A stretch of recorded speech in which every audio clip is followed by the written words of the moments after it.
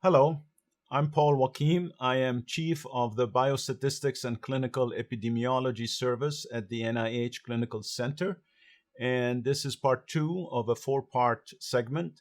And we're going to talk in part two about the how to randomize. And we're going to continue that also in part three. So let's start with how to randomize. Actually, we're going to start with how not to randomize.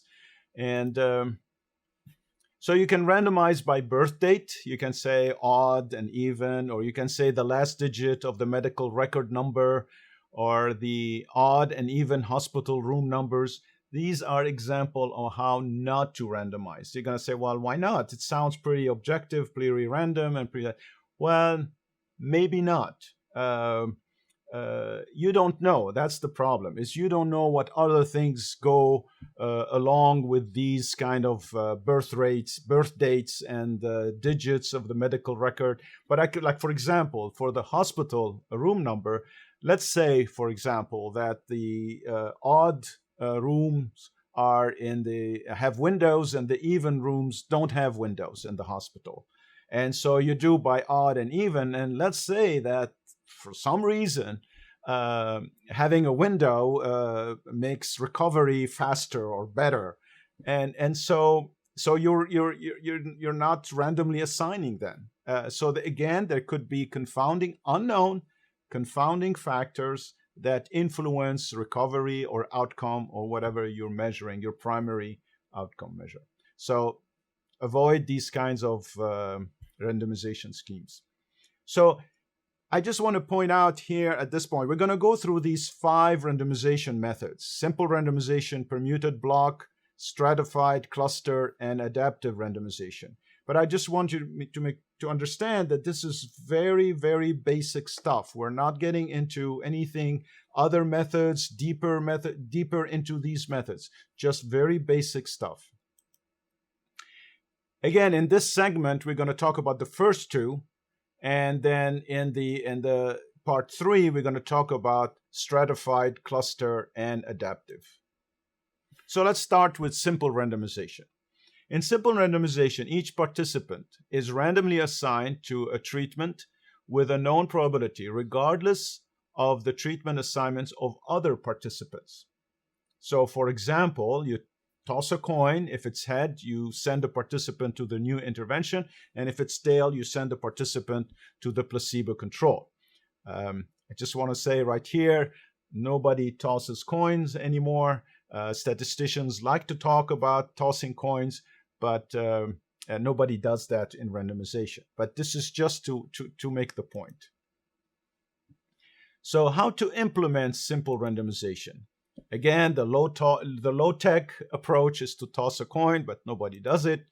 But basically, it's either using a computer program or going online, and there are free and commercial programs that do the simple randomization. Basically, it regenerates random numbers and it assigns interventions to the next participant. So what are the advantages of simple randomization? It's easy to understand. You can illustrate it with tossing a coin. And it's simple to implement. It's very simple to implement. The cons is that you could have significant deviations from equal assignments that may happen by chance. And I'm going to illustrate that in a minute.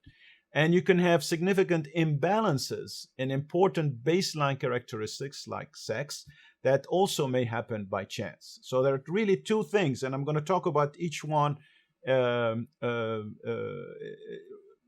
shortly. So significant, you may have different numbers of participants in each treatment arm, and you can have imbalances in baseline characteristics. So here's the illustration. We're going to do simple randomization. We have 32 participants who have consented and lined up to be randomized. And of the 32, we have 12 women and 20 men. And here they are. And we're going to randomize. So here's our guy tossing a coin. And we have 2 treatments, treatment A and treatment B. So the first one, toss the coin, goes to treatment B. The second one goes to treatment B, and on and on and on. I got carried away here with the animation, but bear with me. So you keep doing this, and eventually, this is what you get. Simple randomization, this is what you get. So do you see a problem with this? Well, I can see two problems. One, there's not as many people in treatment A as in treatment B. And two, most of the women went to treatment A and most of the men went to treatment B. So these are the two points I was making in the previous slide. So there is a different number of people in each arm, in each treatment group, and also there are imbalances in a baseline characteristic, in this case, sex. So that's really, again, you have 13 in treatment A versus 19 in treatment B, and you have, like I said, most of the women went to treatment A, and most of the men went to treatment B. Okay. So to remedy one of these issues, we do permuted block randomization. Okay, what is that?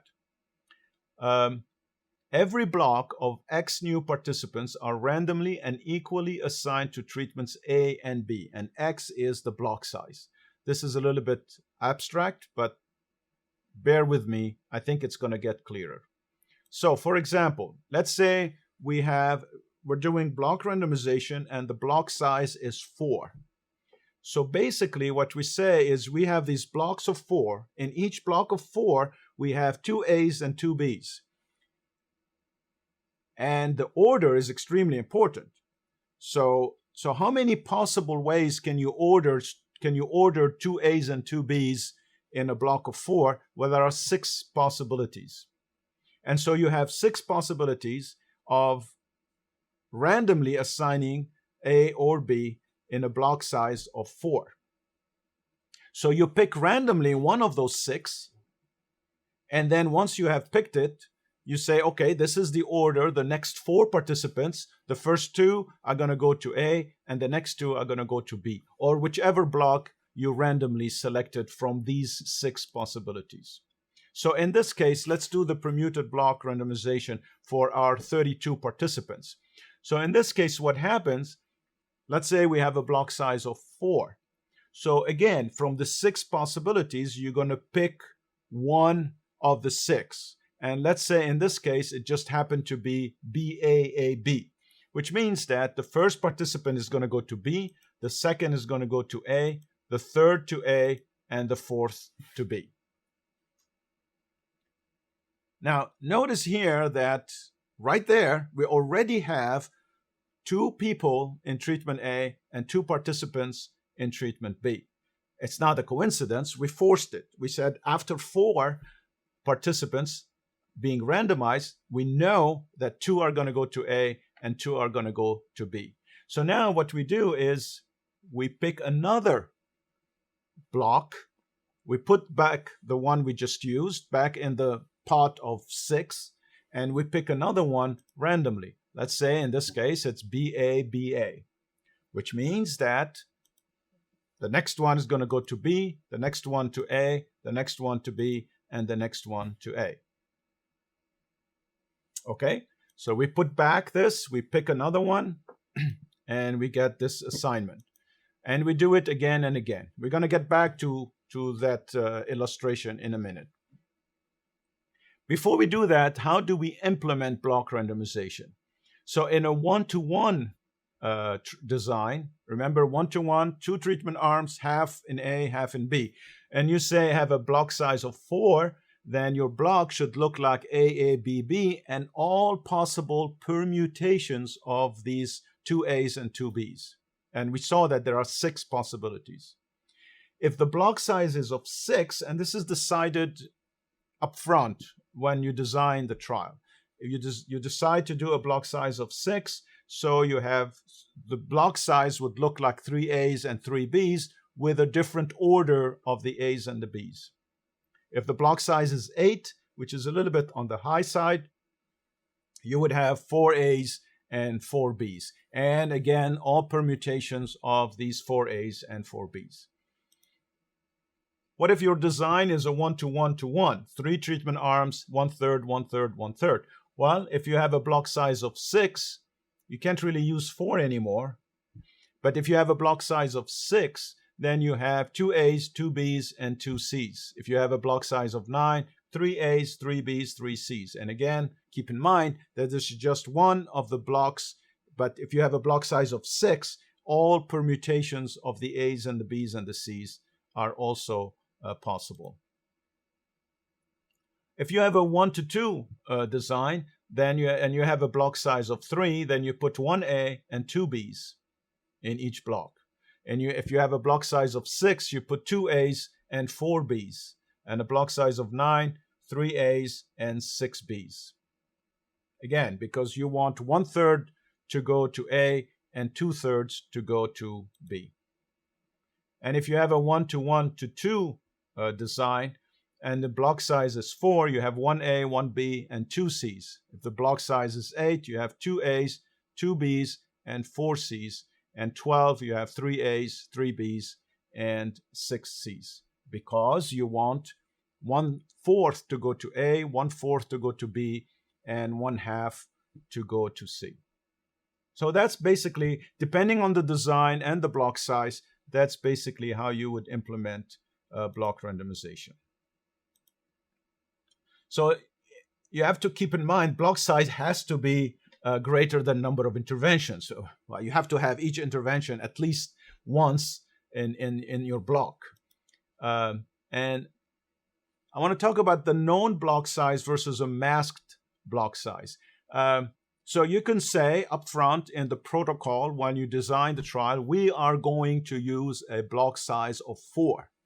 That's a known block size. Everybody knows that. Versus a masked block size. You would say in your protocol upfront, before you start the trial, that you're going to use a permuted block randomization, and the block size will be determined by those who basically are going to write the program for the randomization. So you are masking, you are not telling the world what is your block size. What's the advantage? Is that predictability. The less people know your randomization scheme, the better. And you can have fixed block size versus random block size. And this is adding another layer of randomization, another layer of an unknown. So what is a fixed block size? Fixed block size means that you decided it's going to be 4. Now, whether it's known or unknown is not the point here, but it's fixed. It's going to be 4 across the whole trial. Block size is 4. Versus a random block size. So you could say, for example, we're going to use a block size of 4 or 6. So what happens? Well, the first step, you select randomly whether it's going to be a block size of 4 or of 6. That's the first step. So that's the first random layer. And then once you selected, if you just selected 4, you pick among the 6 possibilities of the ordered permutation between A's and B's. If you select the 6, then you're going to pick one of the blocks from the 6 block sizes. And I'm going to show you an example. So let's say, for example, you decide to do a random block size of 4 or 6. So the randomization scheme, the whole thing could look like this. This is one example. The first one is you picked a block size of 4, and among the 4, you picked the one that is AB, AB. And then the next time, after the 4 are randomized, you pick randomly between 4 and 6. In this case, you pick the 6. And among the 6, you're picking randomly the order. In this case, it was BA, BB, AA. And the third time, it just happened to be the 6, block size of 6. The fourth, it was block size of 4. And you can see the pattern. So there are 2 layers of randomness, if you want to see it that way. The block size and also the order, given the block size. So what are the pros of permuted block randomization? A perfect assignment balance will happen after X participants are randomized. Like we saw, if you have a block size of 4, after 4 participants being randomized, you know that you're going to have 2 in treatment A and 2 in treatment B. You know that. It's not a coincidence. You made it this way. If you have a block size of 6, you know that after 6 participants are randomized, 3 are going to go to A and 3 are going to go to B. Now, another thing to think about is not only you get after 4, you get a perfect balance, but if time is important, whatever, the seasons of the year or whatever, let's say time has an influence or may have an influence on outcome. What's nice about the permuted block randomization is after short times of periods, after 4, you know it's balanced. You could say, well, if I have a big sample size, eventually even the simple randomization is going to take care and is going to balance things out. But it may take a while. While with permuted block randomization, it happens after very short periods of time. And so if time is somehow influences outcome, that takes care of that. The disadvantage of block randomization is if the fixed block size, in fixed block size randomization, if the block size is known, remember we said about known and masked, and the intervention received is not masked. So if people know what intervention they got, the assigned intervention can be predicted for the last person in the block. Basically what this is saying is if you know it's block size 4, and you know that the first 3 got A, B, A, you know that the fourth one is going to be a B. But this is if you know the assignment. And of course, in placebo, people don't know, the provider doesn't know, the clinician doesn't know, the participant doesn't know. But if they know, and if the block size is known, you've got that little problem. I don't think it's a serious problem.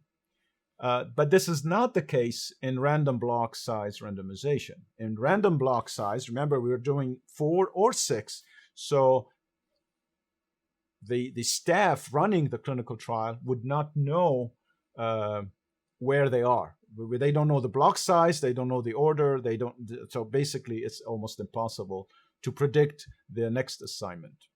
So let's go back to what I was showing you. So we're doing block size 4, and we are randomizing the 32 participants, and we keep selecting randomly a block, assigning people accordingly, participants accordingly, and this is at the end, we see this. So what have we got? To no surprise, we had 32 participants, 16 went to treatment A, and 16 went to treatment B. Again, we forced it this way. But look at the sex balance. There are still most of the women are in A and most of the men are in B. We haven't solved that problem. So what we solved is the equal numbers in A and B, but we haven't solved the imbalance of sex between treatment A and treatment B. So again, we have 16 and 16, but the balance is off.